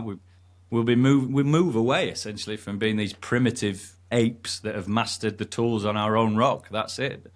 When we start really looking into this and finding out discovering these other laws of physics and the way we're essentially we're puddle deep in what is an ocean of knowledge. Do you know what I mean? That's where we are at the minute, and people realise that's a good thing. That's a great thing because we've got so much room for growth as a species. We just need to embrace that as a race rather than fucking hating each other and trying to scrabble up the wall to get the best we can for our families. We need this shit out there in the ether. So the quicker disclosure comes for me, the quicker humans can make a decision on what the hell we're going to do going forward. Do we kill each other for this shit, or do we see the fucking big picture, basically, and become what we're supposed to become? And like even for me as a history buff, spiritual person, pagan, lover of everything occult, there are so many texts from fucking ancient history and more recent history talking about flying objects, like medieval paintings that depict what you could identify as UAPs, whole texts in the Bhagavad Gita, for example, with the gods on their flying, what is it, machines, flying thrones, seemingly just powered with nothing, because it doesn't make a sound, it does nothing. So like even me being in the pagan occult realm, I'm so fucking excited for this. Like my buddies and I, we're gonna eat so fucking well of this shit. Can I ask you a question? Have you guys, just while you've said that, Stein, and it's just while it's fresh in my head, have you guys seen the interview with the with EB1? Yes. Yeah. Which so one? This is supposedly, and again, this is something you can YouTube if you are interested in listening. It's an interview with an alien, essentially. Now, you can say what you like about it looking CGI or whatever else. I mean, again, you can judge for yourself, and that's not the point. The point is, once you start, like we've already mentioned numerous times, you start connecting the dots, you see the big picture, right? Now, what this interview says with the EB1, and call it what you will, if it's fake, so be it. But the message is clear. And you just sort of touched on it, is this grey alien, so to speak, has been interviewed, and during the interview is being questioned quite heavily or interrogated, should I say, by a member of the US government, don't know what department. But what he's doing is gleaning information from this ET. And one of the things that he says of this ET that's very interesting is that they are a descendant of humans. So essentially from the future, if you want to call it that. Yeah. But they're here, and he asked them about religion and this, that, and the other. And the answers that he gives are, we've moved past them. Or we as a species have moved beyond myths and fictitious idols and this, that, and it became very clear from this interview that this creature, whether it be real or fake, didn't operate in the world that we did as far as emotion is concerned. Everything was logic, science-based, and matter of fact. There was no bullshit. It was you ask and answer type situation. Now, it's an interesting interview. There's 4 parts to it, by the way. It's a few minutes each. But it's interesting. You can watch it and think it's bollocks, but it's interesting. No, I know the interview you mean, and it's funny that you mentioned that, because I like those different different spiritual thoughts, schools of thought, and this reminds me of it's Gigi Young, who is of the Theosophical school. That what she says, what she claims is that the gray aliens, yes, they are real.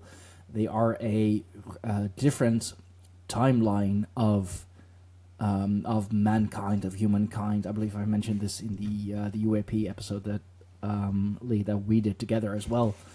But that they put all their experience points, if you will, in furthering technology, that they moved away from religion and spirituality, and was like, we're focused solely on technology, and that like that the gray aliens are humans who have gone through the technological singularity. That evolvement, that evolution stage. Yeah. Which is what, you're tying that into what you just said previously, is in the future at some point, or are these ETs us from the future? Have we made that step, that interstellar step, and evolved beyond the need for religion and war and differences? And are they but the gray manifestation of human technology and interaction? You know what I mean? The gray aliens are a devolution. They through the technological singularity. This is the theory, at least.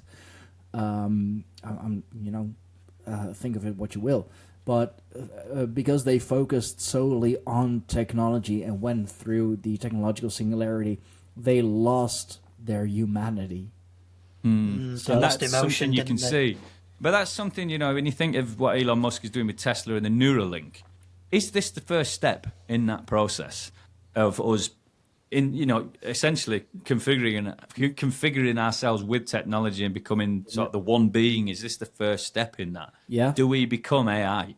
Does AI and human biology interact at some point in the future to become one?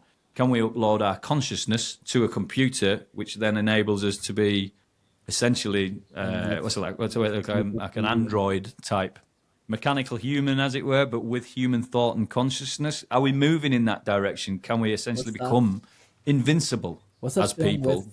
With Johnny Depp again, where he does that? I have to. Bicentennial Man's an old one. Robin Williams from the 90s, of where a robot went the other way. So he was an AI functioning robot and became human. Transcendence. Oh yeah, I remember that film. The name rings a bell. That's it. Yeah, no, it's that's wow, a 2014 movie. Johnny Depp stars in the film Transcendence, which explores the concept of the technological singularity.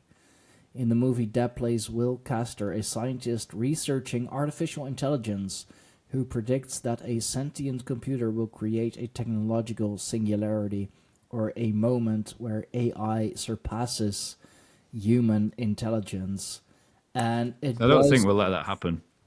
It was actually the character played by Johnny Depp who uploaded his consciousness into the computer because he was dying of I don't know, something like AIDS, or I don't know, like caused by a bad blood transfusion. That shit unfortunately does happen, but his body died, and he didn't. He wanted to. Of course, you want to live on. You want to live. That is human nature. We have that will to live. It's the strongest fucking thing in us. And because he was researching AI, he was researching, the transcendence, the singularity. He was like, you know what? When I die, upload my consciousness. Not sure how they did that, for everyone watching and listening. Do watch that movie if you're interested. There are theories. It is just a good movie overall. But he was the first one who uploaded his consciousness into the computer. So basically, he became the dominant intelligence, and you'll see like black goo coming.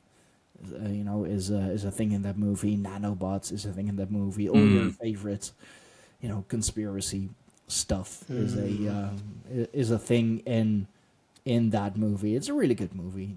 Singularity. So a couple of things to unpack on that one is, I don't think humans would be stupid enough to let AI get to a position where it can destroy us. But I also think humans would. Stupidity. Well, there is that as well, of course. But we can see patterns early doors, don't we, from AI, what it's tried to do in its infancy. So I'd imagine that if they power that thing up, it would get way worse. But one of the things that you sort of, again, this is all about creating a picture. A couple of things you've mentioned so far there, Stein, on what you said about the loss of humanity. That's something interesting to home in on with regards to these grey aliens. Now, there are theories out there that these are not biological. Well, how do I say this? Human, as in they've got a heartbeat and a function and all the rest of it. There are theories out there that these are exactly that, like an android type thing, which would explain the crazy maneuvers that biological beings just cannot withstand. That would explain that. But it would also explain what you said, the lack of emotion, the lack of humanity. If this is a product of AI stroke biological thing, i.e. we've created a being that can be conscious on human consciousness, work on a level that we can, interface that with a particular person, for instance, that would allow for that. You could believe that there is an inhuman element to these things. And again, on the EB1, and it might be bollocks, this interview, it might be, but it might not be. You don't know. CGI, fair enough. It's pretty good. I don't know how old the interview is. But some of the things that you see on the interview and that you can listen to him picking up on, these are things that I've noticed, and no doubt you guys have as well, from the big picture, the little dots that with strings tied to them that lead to something else. And again, they say all the buzzwords and say all the things in this interview that marries up with what real people are saying in real time, Jake Barber, etc., being one of them. So it's very interesting. So I would recommend have a watch of that, Take Dean with it. 1964 it was, Lee, sorry. See, the Project Blue Book thing on the top of it's an interesting one as well, because that was the start of the cover-up. Initially, in 1950, when there was the first crash, as it were, it was Operation Sign. Op Sign. So that was a case of we did cover this, didn't we, in the previous podcast? So it went from Op Sign. Oh, did we? I can't remember. The first crash. I don't believe we touched on that. But maybe not. So it became Op Sign was the first one. That was then presented to the general who was in charge at the time, or the military figure who was looking after the situation, and he said, we cannot physically release this to the public. It's ridiculous. We can't release this. And then they changed it, remastered it, and re-edited it, and it became Op Grudge in, I think it was 1955, something like that. And then in 1959, I think it became Project Blue Book. Now, Project Blue Book was that was the evolvement of Op Sign and Op Grudge. And that was when the powers that be all got together and made a decision that this is something that the public cannot know about. We need an umbrella to put all of this stuff underneath. And that was the birth of Project Blue Book. That's how Project Blue Book came to be, from Op Sign and then Op Grudge failing and becoming something else, which was Blue Book. So that's just an interest piece. And it says that on the interview, as you've just brought up on the screen, you brought it up. It says at the very top of the document, Project Blue Book, 1964. Did you say, Andy? No, yeah, 1964. Which makes sense, because that's 4 or 5 years after the inception of Project Blue Book. So again, that's just another dot that you can connect. That looks right to me. So the thing with Project Grudge is it formerly ended in December 1949, but continued in a minimal capacity until late 1999. So it still went on for another 50 years, but very downsized with who knows minimal. But let's bear in mind as well, this was a government-funded project, black budget, government-funded. So American taxpayers were paying this project to go on from 1959 to 1999. That's 40 years of money out the pocket of the taxpayer. And again, this is one of the things why it's not been disclosed yet. People think it's just about ET tech. It's not. People are going to jail when this comes out. A lot of people are going to jail. They fucking So there's that as well to consider. Yeah, I love it's treason, isn't it? Treason, Exactly, fraud, all it's kinds treason. of things. Exactly that. I know that in the States, treason, especially high treason, still is the death penalty. Hopefully, the people who are in the positions of power now within this new government under Trump, who are a lot more curious, by the way, hopefully they'll have the common sense to all get together and create some kind of an amnesty for anybody who's worked under these projects in the past to be able to come forward and give their information up without being prosecuted. That has to happen. Because at the minute, there's too many people who know about this shit who are scared because they're going to go to prison. There's billions and billions of dollars being funneled away from taxpayer projects in order to pay for this stuff. So somebody's going to go to jail. But what I'm saying is nobody's ever going to get anywhere near this topic, I don't think, until they offer some kind of an amnesty for the people who were involved in past years to come forward and tell people what they know. So, because they won't come forward and say anything at the minute, I don't think. Kind of a rework of Project Paperclip, but with amnesty instead of, we'll just give you a... maybe perhaps eventually they'll have to get a new identity. I think they probably will once it comes out. There'll be way too many questions. Yeah. And obviously there's people who aren't in middle management who will be very pissed off at the fact that these people have come forward. So there is definitely that to consider. There's a hell of a lot of moving parts to it. But the point is, somebody needs to have the balls to give these people amnesty and start the wheel moving. You know what I mean? We've got to get this information, and you've got to protect the people who have got that information. Otherwise, it's never going to come out. Yeah. No, fair enough. Because the drip feeder doesn't work. You drip feed it through, and then after a couple of weeks, people forget about it. Yeah, and the question, one question always leads to 10 as well. Yeah. So the original question will get forgotten about. You can't be drip fed. This has to be matter of fact, top to bottom, A through to Z, straight away. Yeah. Otherwise, we forget about A by the time we get to S. Yeah. Way to release it. Here's the documents. There's 20,000 pages here. Like they've done with the They're all on JFK the files. internet. Have a read through it. Yeah. Like they did with JFK. There's 80,000 pages there. Go and have at it. Make what you Go want and have from at it. it. Yeah. It's all That's what online. they need. It's all digitized. Have a look. Well, there we go. That's my segment done anyway with the UAP stuff. Bloody interesting stuff, right? And then the 7th of April, like I said, keep your eyes peeled on that. Yeah. And before we disappear down another hole on that one for the next 40 minutes. Yeah.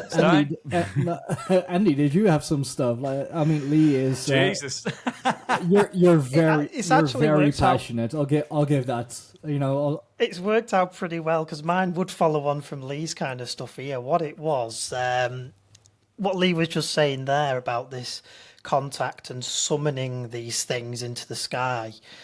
There's a friend of mine on TikTok who does that, and he says it's 100%. And he's talking about this interview you are on the 7th. He said it's all going to come out in that of how to actually do this kind of thing and communicate with them. Now, obviously, it's TikTok at the end of the day. Pinch of salt kind of time, isn't it? But the 7th will come. But there's also this other guy. Now, he's looked at crop circles, Rendlesham Forest. He's looked at that and any kind of information of glyphs, language, or any kind of alien imagery. And he's put it all into AI. Now, the AI has come back with this. I've got the video here. It is 8 minutes long. So I hope you've got some popcorn ready. But as you go through it, I was thinking of trying what to bring up today, last night at like 11 o'clock. And I was watching this video 2, 3, 4 times. 2 o'clock in the morning came along. I still didn't get it. But it was fascinating as well. Just let me start it up now. So just let me get his name. He's on TikTok. He does a daily UFO show called Interstellar Discussion. And this is what he's come up with. It's at the start there. Oh. There is no sound. You're not getting sound? No. Oh, look out. Hello. Here we go. Hello. Look. This Andy. might be the issue. I might have to drop a link instead. Probably wouldn't be a bad idea. Then you can digest it in your own time fully, can't you? Yeah, I think that's what we'll do because we're like an hour and 44 into it, aren't we? Are we? Well, I'll do Oh, it. yeah. Yeah, Lee, you went, really you went it. on forever, man. Alone. Oh yeah, is that mine? I apologise, guys. I No, apologise. it's all good. It's all good. Lee's filled it up with great facts. But I will drop a link in the episode description to this video because you'll have to rewatch it 2, 3, 4 times. And this is the Some same of it chap who makes- mentioned Psionic. This is a different chap. This is a All different guy. This guy's basically, like we say, he's taken all the drawings servicemen have made of glyphs on UFOs. He's also taken the photograph of the egg-shaped UFO that was recovered, and he's enhanced it and taken some of the glyphs off that. He's taken crop circles as well and fired it all into some AI. And the AI has come back with all these different kind of messages, star system constellations and planets are mentioned. Wow. And then it also gives you, it turns it into music.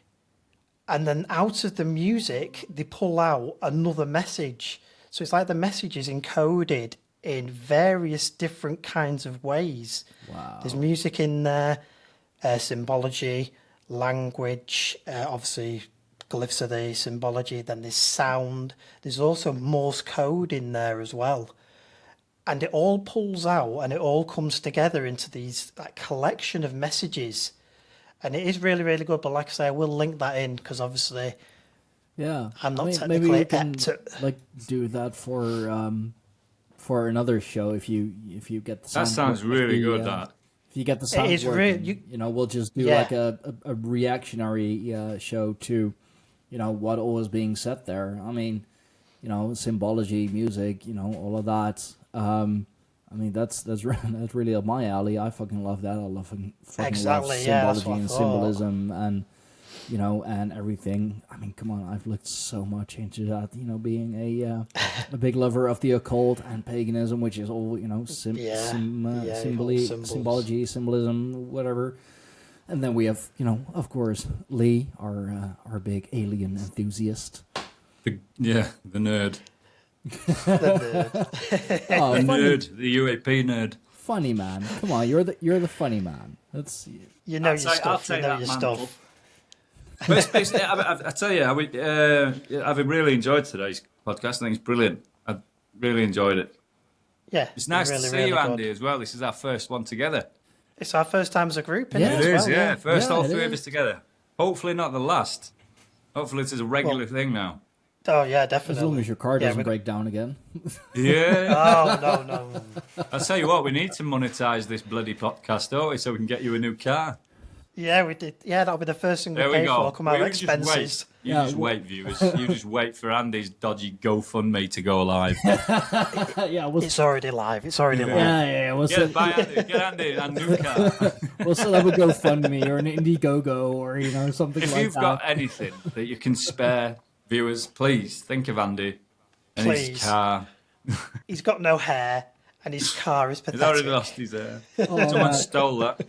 Oh, in post editing, like you have to put like some sad music underneath. It's like, please, Please help me. think of I must Andy. have This is something. Andy. He's There's got to be old. something on it. I tell you what, He's I can from the organise. UK. I can Oh, look I at- can fiddle it's around with coming. my soundboard here, so I can find some sad music for next time. Yeah, Like just sure. some sad, slow violin music, you know, like That's what we like need, the though, with the commercials you see violin. on TV. You know, please think of the children. Sorry, No, that's not No, sad. that's Close. definitely not it. That's not what we'll use when Andy's GoFundMe fills up. Yeah. We've I'm hit like, a target, yeah. ladies and gentlemen. We've raised £1,000. Andy's Andy's now not got here a new today. Nissan He's out in Micra, his new car. Just not a red one. a red Chevrolet Matiz yeah, oh yeah. in Lancaster Town Centre. I don't think you get the same reaction, do you? I think they'd probably let you burn. Police would, yeah, in they'd Lancaster. just walk past. I don't think they'd put you out. I think they'd throw something on. I don't think there's any police in Lancaster, to be honest. They'd probably stoke the fire if it were you, Andy. Yeah, they would. Yeah, cheers, mate. Thanks for that. Wow. I'm not talking about. I'm talking about England in general. The police here. That- The police That's here. all right then. They'd probably throw a log on fire if they caught one of us on a light. Jesus. Definitely would. Definitely would. Right, should we finish it off there, boys? It's been a long one. But let's Yeah, definitely sure. schedule in what you were going to talk about, Andy, because that sounds really interesting to me. I'm interested by that. That sounds brilliant. Yeah, for sure. So What let's we'll probably get do, one. we'll probably start the next one on that. Yeah, let's I'll get figure one on out that. how to get the sound on. That'd Yeah. be really interesting. I mean, that'd be really good. we Maybe can- make Stein the host. He knows what he's doing. I'm thinking If he about does- making you the host of my show, Stein. Hey, that's fine by me. I can do producing. I can do hosting. I can do it all, man. You know, There we go. I've been doing this It's not a for. fucking job advert. Fucking hell. Get your CV up on screen. Here we go. Oh, Look how man. he wants a job. I mean, I've been doing this like for 3 years on my own show. You know, started from scratch and just started experimenting with things and new equipment, new software, new just things, and yeah, 3 years later, I sort of know what I'm doing now. I just need to. Yeah, well, there you go. I Yeah. just need to get Somebody's paid for got to, because I ain't got a clue. No, you can tell that I'm pretty new to all this kind of stuff. You can Thank tell God we're he's the here. rubbish ones, mate, because we've got the fancy gear and the backdrops. The pro over here, there's a bloody cat walking around in background. I was going to say, that's what we're hiding behind us. Stein knows what's behind mine. He's seen This is it. all smoke and mirrors, is this? I'm just in a shed. This We is don't what's even know what behind we're doing. me. We just No. threw some money at this thing. That's why they involved me.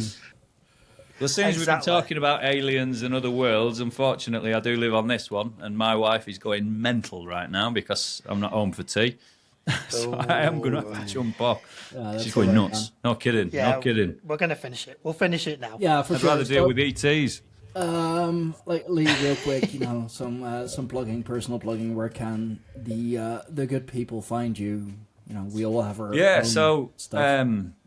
my channel is brand new. It's had 3 identities, I think, in the last 4 months, but I've changed it for the last time now. So it's I'm on Across the Pond UAP with Lee, I think. Hang on, let me just double check. I've just changed it. I need to check.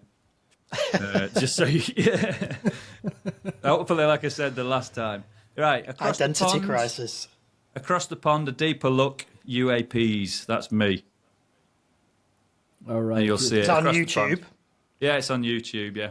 And that's that's my only platform at the minute, and I plan on, to be honest, with keeping it that way, I think, so. For at least the future, the short-term future. But that's me anyway. Across the Pond, A Deeper Look, UAPs. Cool.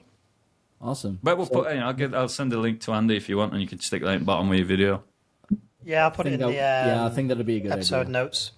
Definitely. Yeah, I think we should, yeah. All right, and we'll talk off air about And then, about you that. know, But anyway, thank then you, stop ladies and changing the gentlemen, for name. having me. I apologise, problem, I've got to Lee. jump on. I would say it's not like it's a bit soon. It's been nearly 2 hours, but yeah. Thank you for tuning in and having me, lads. Thank you very much.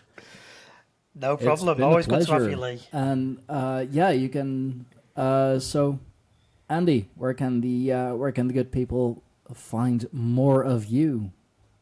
All of my stuff is the easiest place to find me is on TikTok. Dr. Not As Evil. DRNOT ASEVIL.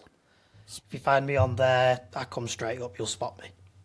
Awesome. Links will be, of course, in the description box down below where to find everyone. I have been Stein Fox. You can find me pretty much anywhere. You can find me on Twitter. You can find me on Minds. You can find me on Instagram. You can find my personal project under Greyhorn Pagans. That is Grey GREY Horn Pagans, greyhornpagans.com. That project too is all over the internet. It's all over Instagram, Twitter, like you name it. And Across the Pond is available on all podcasting platforms. If you are listening to this on Apple Podcasts or on Spotify, please do leave that 5-star rating. We've been talking about AI. AI loves it when you give our show a 5-star rating. It pushes it out further and further into the algorithm. So that is good for us and good for you, because the more we can talk, the more you can learn.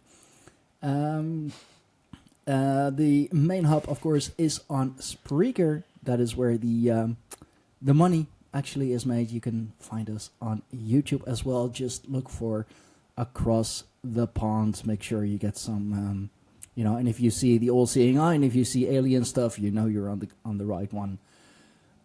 So yeah, thank you all very much. This has been great. It's been good to get the three of us together. We will see you all very soon. In the meantime, do listen to all the other episodes. Do listen to our podcast. There is amazing stuff to be found and more amazing stuff coming. So thank you all. Until next time, bye-bye, everyone. See you later.